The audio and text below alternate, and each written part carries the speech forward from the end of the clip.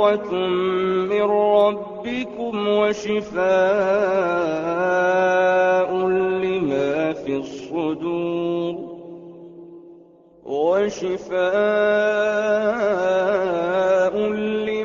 في الصدور وهدى ورحمة للمؤمنين. الحمد للہ وکفیٰ والصلاة والسلام علی عبادہ الذین اصطفیٰ، اما بعد فاعوذ باللہ من الشیطان الرجیم، بسم اللہ الرحمن الرحیم۔ وَإِذَا سَمِعُوا مَا أُنزِلَ إِلَى الرَّسُولِ، قرآن مجید کا 7واں پارہ سورۃ المائدہ کے ان الفاظ سے شروع ہوتا ہے اور وَإِذَا سَمِعُوا کے عنوان سے جانا جاتا ہے۔ اس کے بالکل آغاز میں شراب اور جوئے کی حرمت کا ذکر ہے۔ پہلے تو یہ ارشاد فرمایا کہ انما یرید الشیطان ان یوقع بینکم العداوۃ والبغضاء فی الخمر والمیسر، کہ بے شک شیطان شراب اور جوئے کے ذریعے سے تمہارے درمیان دشمنی اور عداوت پیدا کرنا چاہتا ہے۔ یعنی انسان جب کسی کو مزدوری کے طور پہ کچھ دیتا ہے یا کسی اور معاوضے میں کوئی چیز ادا کرتا ہے تو اسے دکھ نہیں ہوتا، لیکن جب کوئی چانس کی بنیاد پر اس سے لے جائے تو اس پر اسے غصہ آتا ہے، اور اس غصے کی بنیاد پر وہ کوئی ایکٹ کرتا ہے اور پھر وہ باہمی عداوت اور دشمنی کی بنیاد بن جاتا ہے۔ اسی طرح شراب کے نشے میں دھت ہو کر انسان کسی پر کوئی زیادتی کر بیٹھتا ہے تو پھر اس کا ریئیکشن آتا ہے اور پھر بغض و عداوت کا ایک سلسلہ شروع ہو جاتا ہے۔ شراب اور جوئے کے سلسلے میں اگرچہ پہلا حکم تو سورہ بقرہ میں آیا تھا ایک سوال کے جواب میں کہ لوگ شراب اور جوئے کے بارے میں آپ سے پوچھتے ہیں، آپ انہیں بتائیے کہ ان دونوں میں نفع کی چیزیں بھی ہیں اور نقصان کی بھی، لیکن ان کے نقصانات ان کے منفعت چیزوں سے بڑے ہوئے ہیں۔ اشارہ تھا باز آ جاؤ، لیکن باقاعدہ منع نہیں کیا گیا تھا۔ پھر سورہ نساء میں ایک قدم اور آگے بڑھا اور یہ ارشاد فرمایا کہ تم شراب کی حالت، نشے کی حالت میں نماز سے قریب نہ جانا، اس لیے کہ اللہ کو ناپسند ہے، یہاں تک کہ تم اتنے سینسز میں آ جاؤ کہ تمہیں معلوم ہو کہ تم کیا کہہ رہے ہو۔ اور پھر یہ آخری حکم ہے سورہ مائدہ کے اندر کہ جس میں ارشاد فرما دیا کہ شیطان تو چاہتا ہی یہ ہے کہ وہ تمہارے درمیان شراب اور جوئے کے ذریعے سے دشمنی اور عداوت پیدا کر دے اور تمہیں اللہ کی یاد سے روکے اور نماز سے روکے، تو باز آتے ہو کہ نہیں؟ اب ان الفاظ سے خام خواہ بعض دانشوروں نے ایک نقطہ نکالنے کی کوشش کی ہے کہ قرآن مجید میں حرمت کا ذکر ہے ہی نہیں، شراب کی حرمت کا کہیں نہیں کہا گیا کہ شراب حرام ہے۔ حالانکہ آپ غور کریں گے تو یہ اس سے زیادہ سخت حکم ہے کہ باز آتے ہو کہ نہیں، یعنی ایک چیز آج تک تو جائز تھی، تم کر رہے تھے، ہم نے اشاروں میں تمہیں منع کرنے کی کوشش کی لیکن تم باز نہیں آئے، اب باز آتے ہو کہ نہیں؟ اس کے بعد نبی اکرم صلی اللہ علیہ وسلم کی موجودگی میں اور جب قرآن نازل ہو رہا ہے سوال کرنے سے منع کیا گیا اور فرمایا گیا کہ مت سوال کرو ان چیزوں کے بارے میں کہ جو اگر تمہارے لیے واضح کر دی جائیں تو تمہیں بری لگیں۔ اور جب قرآن نازل ہو رہا ہے اور اللہ تعالیٰ نے اپنی حکمت کے تحت کچھ چیزوں کو جان بوجھ کر واضح نہیں فرمایا تو تم خام خواہ ان کی کھود کرید نہ کرو کہ تمہارے اوپر کوئی زیادہ سختی نہ آ جائے۔ جیسے نبی اکرم صلی اللہ علیہ وسلم سے ایک شخص نے پوچھا کہ اللہ کے رسول ایک دفعہ حج کرنے کے بعد پھر بھی حج کرنا میرے لیے لازم ہے؟ تو حضور صلی اللہ علیہ وسلم نے سکوت فرمایا۔ اس نے پھر سوال کیا، آخر نبی اکرم صلی اللہ علیہ وسلم نے اسے ڈانٹا کہ اگر میں نہ کر دوں تو پھر ایک خیر کا کام جو ہے اس کی بندش آ جائے گی، اور اگر میں ہاں کر دوں تو قیامت تک کے لیے وہ فرض ہو جائے گا۔ تو یہ ایک احتیاط ہے کہ جس کا صحابہ کرام کو حکم دیا گیا اور صحابہ کرام نے اللہ کے فضل و کرم سے بحیثیت مجموعی اس احتیاط کو ملحوظ رکھا۔ اس کے بعد حضرت عیسیٰ علیہ السلام کے حواریوں کے سلسلے میں ذکر کیا گیا ان کے ایک تقاضے کا جو انہوں نے حضرت عیسیٰ علیہ السلام سے کیا تھا، لیکن اس واقعے کا ذکر ایک بڑے ڈرامائی انداز میں کیا گیا ہے کہ نقشہ کھینچا قیامت کا کہ حضرت عیسیٰ علیہ السلام سے اللہ تعالیٰ قیامت کے دن پہلے اپنے احسانات ان پر جتلائے گا کہ ہم نے تم پر اے عیسیٰ تم پر اور تمہاری والدہ پر یہ احسانات کیے، اس طرح سے تم پر انعامات کی بارش کی، تمہیں بڑے اعلیٰ حسیسی معجزات عطا کیے۔ اسی بات کو تسلسل کے ساتھ بیان کرتے ہوئے فرمایا کہ حضرت عیسیٰ علیہ السلام سے قیامت کے دن اللہ تعالیٰ پوچھے گا کہ اے عیسیٰ ابن مریم، کیا تو نے اپنی قوم سے کہا تھا کہ تم اللہ کو چھوڑ کر مجھے اور میری ماں کو معبود بنا لو؟ حضرت عیسیٰ علیہ السلام عرض کریں گے کہ رب العالمین، میری کیا مجال تھی کہ میں کوئی ایسی بات کہتا کہ جس کے کہنے کا مجھے کوئی حق نہیں تھا، اور اگر فرض کیجئے میں نے ایسا کہا ہوتا تو تیرے علم میں ہوتا، تو تمام چھپی باتوں کا بھی جاننے والا ہے، اور تو جانتا ہے کہ میں نے تو اپنی قوم سے وہی بات کہی تھی جس کا تو نے مجھے حکم دیا تھا، اور جب تو نے مجھے اٹھا لیا پھر تو ہی ان کا نگہبان تھا۔ ہاں، انہوں نے جرم کیا ہے، بہت بڑے جرم کا ارتکاب کیا ہے، لیکن بہرحال ہیں تو وہ تیرے بندے۔ ان تعذبہم فإنہم عبادک، اگر تو انہیں عذاب دے، اگر تو انہیں سزا دے تو وہ تیرے بندے ہیں۔ یعنی اس میں بھی اشارہ ہے کہ اپنے بندوں کو سزا دے کر تو کیا دے گا۔ وہ بات جو قرآن مجید کے ایک اور مقام پر فرمائی گئی ہے کہ ما یفعل اللہ بعذابکم، اللہ تمہیں سزا دے کر، تمہیں عذاب میں مبتلا کر کے کیا کرے گا؟ ان شکرتم وآمنتم، اگر تم اس کے شکر گزار بن جاؤ اور اس کے نبیوں پر ایمان لے آؤ۔ یعنی رسول اللہ صلی اللہ علیہ وسلم کے حوالے سے خاص طور پر بات ہو رہی ہے کہ اگر تم ایمان لے آؤ اور اللہ کا شکر گزار بن جاؤ تو اللہ تمہیں عذاب دے کر کیا کرے گا۔ تو حضرت عیسیٰ علیہ السلام بھی قیامت کے دن یہی عرض کریں گے کہ ان تعذبہم فإنہم عبادک، کہ اللہ اگر تو انہیں عذاب دے تو تیرے بندے ہیں، وَإِن تَغْفِرْ لَهُمْ، اور اگر تو انہیں بخش دے فإنک أنت العزیز الحکیم، تو بالا دست حکمت والا ہے۔ اللہ تعالیٰ کی اتھارٹی، یعنی عام جو دنیا میں صدر، وزیر اعظم اور جو بھی بڑے بڑے منصب دار ہوتے ہیں وہ کسی قانون کے پابند ہوتے ہیں، لہٰذا ان کو آئین میں اگر اختیار ہوتا ہے کہ وہ کسی کو معاف کر دیں تو وہ معاف کر دیتے ہیں، اور اگر آئین میں اختیار نہیں ہے تو وہ کسی کو معاف نہیں کر سکتے۔ لیکن اللہ رب العالمین ہے، وہ مالک الملک ہے، وہ تمام بادشاہوں کا بادشاہ ہے، لہٰذا اس پر کوئی قانون لاگو نہیں ہوتا۔ اے اللہ اگر تو انہیں بخش دے انک انت العزیز الحکیم، تو بالا دست حکمت والا ہے۔ اس آیہ مبارکہ میں نبی اکرم صلی اللہ علیہ وسلم کا ایک بڑا عجیب و غریب واقعہ ملتا ہے۔ حضرت عائشہ رضی اللہ تعالیٰ عنہا بیان فرماتی ہیں کہ ایک رات نبی اکرم صلی اللہ علیہ وسلم اپنی تہجد کی نماز میں رات بھر اسی ایک آیت کی تلاوت فرماتے رہے، ان تعذبہم فإنہم عبادک وإن تغفر لہم فإنک انت العزیز الحکیم، اور محظوظ ہوتے رہے حضرت عیسیٰ علیہ السلام کے ان الفاظ سے۔ اور اس میں بٹوین دا لائنز جو اشارہ تھا وہ کیا تھا کہ اللہ میری امت، تو میری امت کو عذاب دے کر کیا کرے گا؟ مجھے معلوم ہے کہ میری امت بڑے بڑے گناہوں میں ملوث ہونے والی ہے، اس سے بڑی بڑی کوتاہیاں ہونے والی ہیں، لیکن اگر تو انہیں عذاب دے تو تیرے بندے ہیں، اور اگر تو انہیں بخش دے گا تو بالادست حکمت والا ہے، تجھے کوئی پوچھنے والا نہیں ہے۔ اس کے بعد سورہ انعام کا آغاز ہوتا ہے۔ یہ قرآن مجید کی بڑی عظیم مکی صورتوں میں سے ہے، اور 20 رکوعوں پر مشتمل اور 165 آیات پر مشتمل یہ صورت یک بارگی نبی اکرم صلی اللہ علیہ وسلم پر ایک طویل خطبے کی شکل میں نازل ہوئی، اور اسی کا یعنی اثر ہے کہ اس صورت کا اپنا ایک انوکھا انداز میں، اس میں بڑا تیکھا پن ہے اور بڑی فلو ہے اس صورت کے اندر، یعنی آیات میں ایک پر دوسری اور دوسری پر تیسری آیات جو ہیں وہ ایک ہی فلو کے اندر آتی چلی جاتی ہیں، جیسے کوئی بڑا عظیم خطیب جو ہے وہ بغیر کسی رکاوٹ کے بولتا چلا جاتا ہے اور لوگوں سے خطاب کرتا چلا جاتا ہے۔ اس کی پہلی آیت کے بارے میں حضرت عبداللہ ابن سلام کی رائے یہ ہے کہ یہ تورات کی پہلی آیت تھی، بڑی عظیم آیت ہے، الحمدللہ، ساری حمد اللہ کے لیے ہے۔ نوٹ کیجئے قرآن مجید کا آغاز بھی کلمہ الحمدللہ سے ہوتا ہے، اور اگر یہ روایت درست ہے تو پھر تورات کا آغاز بھی کلمہ الحمدللہ سے ہوا تھا۔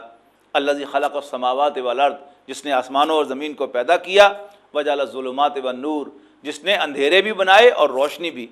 ثم الذین کفروا بربہم یعدلون، اس کے باوجود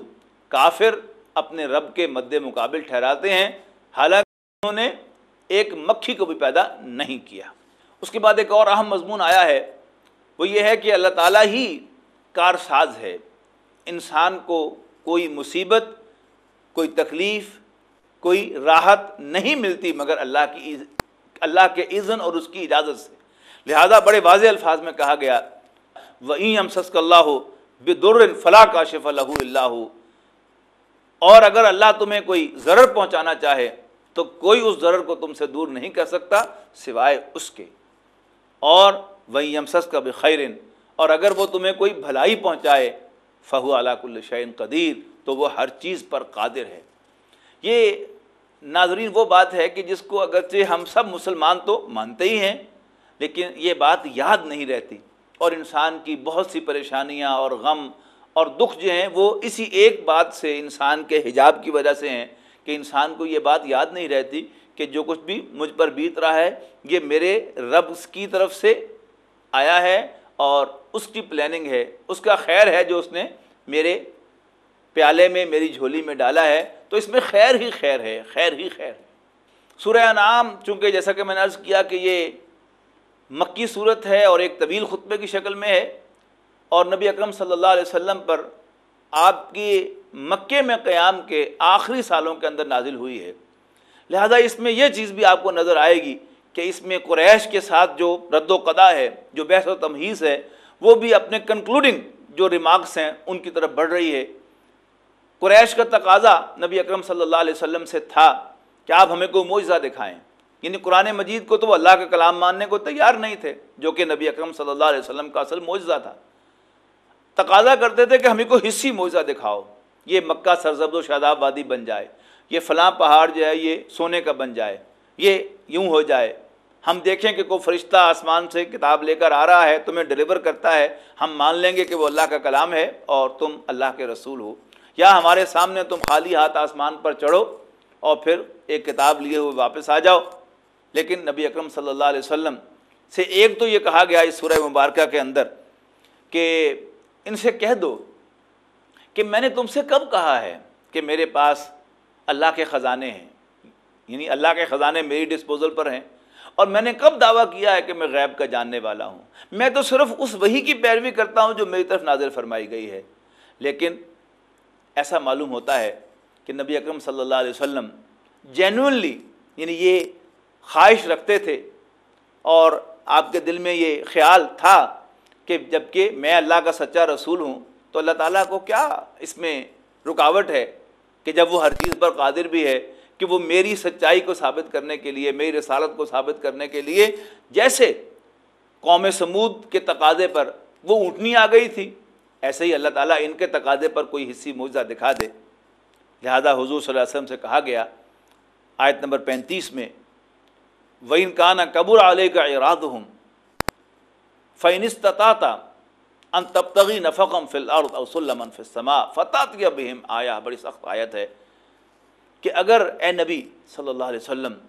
تم پر ان کا اعراض اتنا ہی گراں گزر رہا ہے اور تمہارے اندر طاقت ہے اس کی، تو پھر لگاؤ سرنگ زمین میں یا لگاؤ سیڑھی آسمان پر اور ان کی مرضی کا معجزہ لا کر انہیں دکھا دو۔ کیوں؟ ہماری حکمت میں یہ معجزہ اگرچہ ہم اس پر قادر ہیں نہیں ہے، اس لیے کہ پھر ہماری سنت یہ بھی تو ہے نا کہ جب ہم کسی قوم کو اس کے تقاضے کے مطابق کو معجزہ دکھا دیتے ہیں اور اس کے باوجود بھی وہ قوم انکار کرتی ہے تو پھر اس قوم کا حشر بھی تم نے دیکھ لیا کہ قوم سمود پر کیا بیتی۔ اس کے بعد ایک بہت اہم مضمون آیا ہے جس کی طرف عام طور پر توجہ نہیں ہوئی۔ وہ مضمون کیا تھا کہ نبی اکرم صلی اللہ علیہ وسلم کو یہ فرمایا گیا کہ آپ میرے نبی ہیں، میرے رسول ہیں، لہذا آپ کو میری ہی انسٹرکشن کو فالو کرنا چاہیے، اور میری انسٹرکشن کیا ہے؟ جو چل کر تمہارے پاس آتا ہے تم اس کو گلے لگاؤ، اور جو میرے پیغام سے منہ پھیرتا ہے تم اس سے منہ پھیر لو۔ لیکن چونکہ نبی اکرم صلی اللہ علیہ وسلم کے سپرد ایک مشن کیا گیا تھا، اور وہ مشن تھا اللہ کے دین کو بالفعل غالب کرنا، اور یہی آپ کی سیرت مطہرہ کا حاصل نظر آتا ہے۔ یعنی جہاں تک دعوت و تبلیغ کا تعلق ہے اس میں تو آپ کے لیے میدان بہت وسیع تھا، لیکن چونکہ آپ کے ذمہ لگایا گیا تھا کہ آپ عدل اجتماعی کو اس دنیا میں قائم کریں اور اللہ کے دین کو قائم کریں، لہذا اس کے لیے آپ وسائل کو ڈھونڈتے تھے، ایکسپلور کرتے تھے، اور دوز ہو میٹر، یعنی اس لیے کہ وہاں قبائلی نظام تھا، جو سردار تھے، جو اہم لوگ تھے، آپ ان کی طرف توجہ کرتے تھے، وہ آپ سے منہ پھیرتے تھے۔ تو قرآن مجید کے بہت سے مقامات پر نبی اکرم صلی اللہ علیہ وسلم کو اس کی طرف توجہ دلائی گئی ہے کہ آپ ان کی طرف زیادہ متوجہ نہ ہوا کریں۔ ایک تو وہ بات یہاں پر کہی گئی ہے، دہرائی گئی ہے اس صورت کے اندر بھی، کہ جو لوگ آپ کے پاس آتے ہیں آپ ان کی طرف متوجہ رہیں، اور وہ لوگ کہ جو آپ سے منہ پھیرتے ہیں آپ خام خواہ ان کے پیچھے نہ پھریں۔ دین مطلوب ہے، طالب نہیں ہے۔ پھر اسی کے ضمن میں ایک اور بڑا خوبصورت مقام ہے قرآن مجید کا،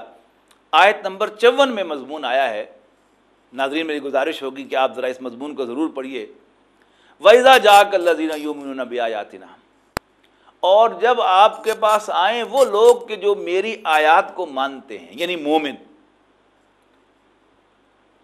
فَقُلْ سَلَامٌ عَلَيْكُمْ،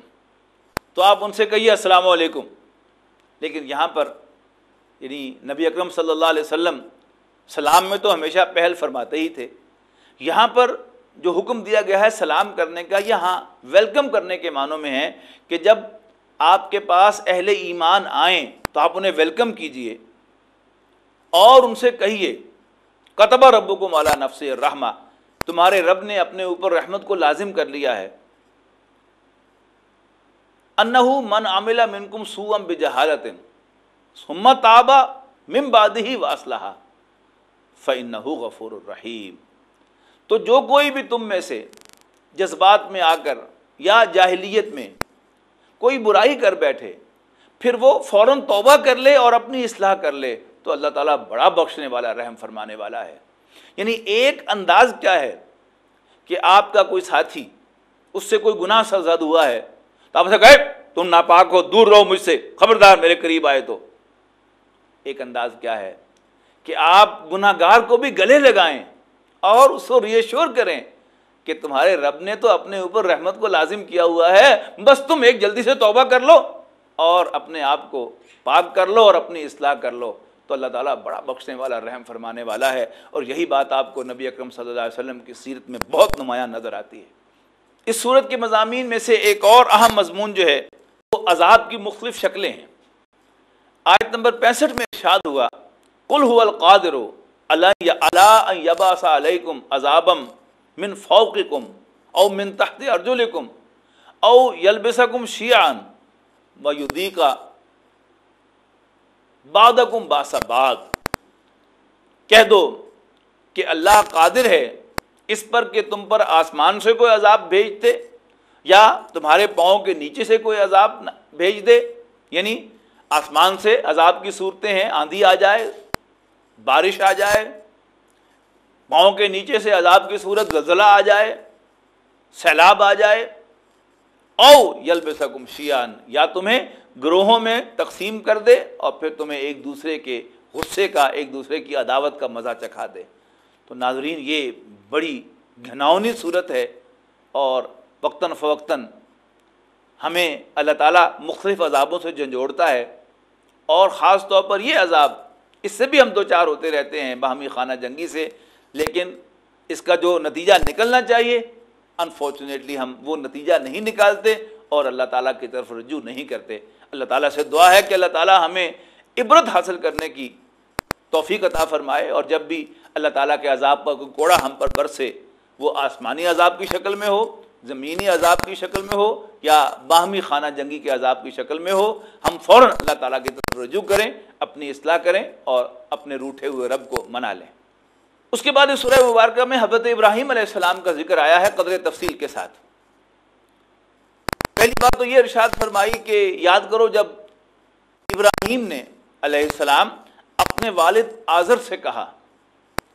حضرت ابراہیم علیہ السلام کا نام قرآن مجید کی قرآن مجید میں سورہ انعام کی اس آیت میں آیت نمبر 75 میں آزر آیا ہے۔ تورات میں حضرت ابراہیم کے والد کا نام تارہ آیا ہے۔ اب ہماری قرآن مجید کے ساتھ وفاداری کا تقاضا یہ ہے کہ ہم قرآن مجید میں دیے ہوئے نام کو صحیح سمجھیں اور جو کسی دوسری تحریر شدہ کتاب میں آیا ہے اس کو صحیح نہ سمجھیں۔ لیکن اگر ہمارا اصرار ہو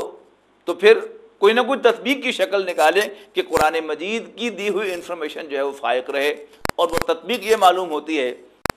کہ حضرت ابراہیم کے والد خانے کے بڑے انچارج تھے. جیسے ہمارے ہاں مسجد کا جو بھی انچارج ہوتا ہے وہ مولوی کہلاتا ہے, ہندوؤں کے ہاں مندر کا جو بھی سپروائزر ہوتا ہے وہ پنڈت کہلاتا ہے, عیسائیوں کے ہاں پادری کہلاتا ہے, اور یہودیوں کے ہاں ربائی کہلاتا ہے. تو اسی طرح آزر جو تھا یہ ایک منصب تھا, نام اس کا جو بھی ہو, ممکن ہے تارے ہی ہو, لیکن وہ حضرت ابراہیم علیہ السلام کا باپ تھا اور وہ مشرک تھا. حضرت ابراہیم علیہ السلام نے اس کو دعوت و تبلیغ کیسے کی وہ تو انشاءاللہ ہم جب پہنچیں گے 16ویں پارے میں سورہ مریم کے اندر تو اس کی تفصیل آئے گی, لیکن یہاں صرف اس کا خلاصہ آیا ہے. یاد کرو جب ابراہیم نے اپنے والد آزر سے کہا اتتخذ اصناما آلہۃ, ابا جان حیرت کی بات ہے کہ آپ ان بتوں کو خدا مانتے ہیں. انی اراک و قومک فی ضلال مبین, میں تو آپ کو اور آپ کی قوم کو کھلی گمراہی میں دیکھتا ہوں. پھر حضرت ابراہیم علیہ السلام کو اللہ تعالیٰ نے جو گوناگوں صلاحیتیں عطا فرمائی تھی ان میں سے ایک خاص بات یہ تھی کہ حضرت ابراہیم علیہ السلام کو اپنا پوائنٹ ثابت کرنا خوب آتا تھا. He knew how to demonstrate his point, to make his point. اسی میں یہ بات جو ہے وہ اس صورت میں نقل کی گئی ہے کہ چونکہ ان کی قوم کواکب پرست تھی, ستاروں کی پوجا کرتی تھی, سورج کی, چاند کی, ستاروں کی, لہذا حضرت ابراہیم علیہ السلام نے ان کو ڈیمونسٹریٹ کیا, ان کے سامنے یہ بات ان پر واضح فرمائی کہ یہ تمہارے خدا نہیں ہو سکتے, کسی کام کے نہیں ہیں. رات ہوئی, ایک ستارہ جو ہے وہ آسمان پر چمکنے لگا, تو انہوں نے کہا اچھا یہ میرا رب ہے, یعنی یوں پوز کیا ان کے سامنے کہ وہ اس کو اپنا رب سمجھتے ہیں. فلما افلا, اور جب وہ ڈوب گیا, قالا لا احب الافلین, تو حضرت ابراہیم علیہ السلام کہنے لگے کہ میں ڈوبنے والوں سے محبت نہیں کرتا. پھر چاند ظاہر ہو گیا تو کہا کہ ہاں یہ چاند جو ہے یہ بہت روشن ہے, یہ میرا رب ہوگا. لیکن جب چاند بھی ڈوب گیا تو کہا نہیں, میں اس سے بھی پیار نہیں کر سکتا, میں اس کی پرستش بھی نہیں کروں گا. پھر سورج طلوع ہو گیا تو کہنے لگے ھذا اکبر, یہ بہت بڑا ہے, یہ میرا رب ہوگا, ہو نہ ہو یہی میرا رب ہے. لیکن جب شام کو سورج بھی غروب ہو گیا تو انہوں نے نعرہ لگایا انی وجہت وجہی للذی فطر السماوات والارض, یہ ڈوبنے والے, غروب ہونے والے, ان سے میں پیار نہیں کر سکتا, میں پوری توجہ کے ساتھ اپنے چہرے کو پھیرتا ہوں, رخ کو پھیرتا ہوں اس ہستی کی طرف جس نے آسمانوں اور زمین کو پیدا کیا. وما انا من المشرکین, اور میں ہرگز مشرک نہیں. اس کے بعد اللہ تعالیٰ ہی کی حمد و ثنا اس صورت کے آخر میں بہت ہی گلوریس انداز میں بیان فرمائی گئی ہے. فرمایا بدیع السماوات والارض, اللہ تعالیٰ اس کائنات کا بدیع ہے. بدیع کہتے ہیں اس کریٹر کو کہ جو فرام نتھنگ کوئی چیز کریٹ کرے, یعنی ایک تو یہ میز بنا, لکڑی موجود تھی, چپ بورڈ موجود تھا, اس سے یہ میز بن گیا, لیکن to create something from nothing یہ ہے ابداع. تو اللہ تعالیٰ بدیع ہے, اس کائنات کو نئے سرے سے پیدا کرنے والا ہے. انا یکون لہ ولد, بھلا اس کا کوئی بیٹا کیسے ہو سکتا ہے جبکہ اس کی کوئی بیوی ہی نہیں ہے. یعنی جب بھی آپ بیٹے کا تصور کریں گے تو پھر لازماً آپ کو کوئی اس کا میٹ, اس کی کوئی بیوی, اس کا کوئی اپوزٹ فیمیل بھی تلاش کرنا پڑے گا. اللہ تعالیٰ کے بارے میں یہ بات پیش نظر رہنی چاہیے کہ اللہ تعالیٰ کے لیے مذکر کا صیغہ استعمال کیا جاتا ہے, وہ مذکر ہے لیکن میل نہیں ہے. جب آپ اللہ کو میل مانیں گے تو پھر اس کی کوئی فیمیل بھی آپ کو ماننی پڑے گی, تو اس کی کوئی فیمیل نہیں ہے. عیسائیوں سے اصل میں یہی بہت بڑی جو کوتاہی ہوئی ہے کہ وہ ایک نقطے کو نہیں سمجھ سکے کہ اللہ تعالیٰ جو ہے وہ کن فیکون سے جو چاہے وہ کر سکتا ہے. اب حضرت عیسیٰ علیہ السلام کے کی پیدائش چونکہ بن باپ کی ہو گئی, اور وہ یہ نہیں جان سکے کہ اللہ تعالیٰ ہی نے یہ جو عام ہماری تخلیق کا نظام ہے یہ بھی اللہ نے بنایا تھا, اور اگر اللہ چاہتا تو انسان کی تخلیق کا نظام ہی بغیر باپ کے بنا دیتا. اور وہ آج بھی قادر ہے کہ جب چاہے جو مرضی کر دے, اس کے لیے صرف ضرورت اس کو کیا ہے کہ وہ کہتا ہے کن ہو جا,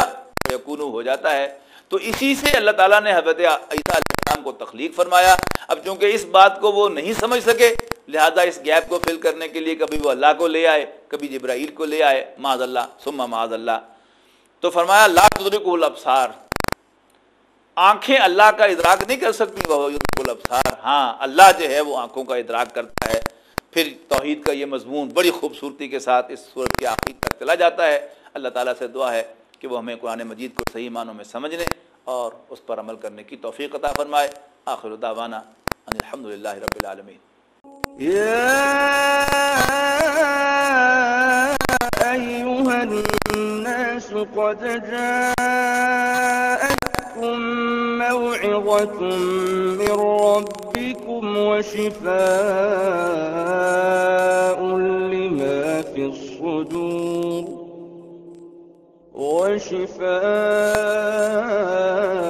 لما في الصدور وهدى ورحمة للمؤمنين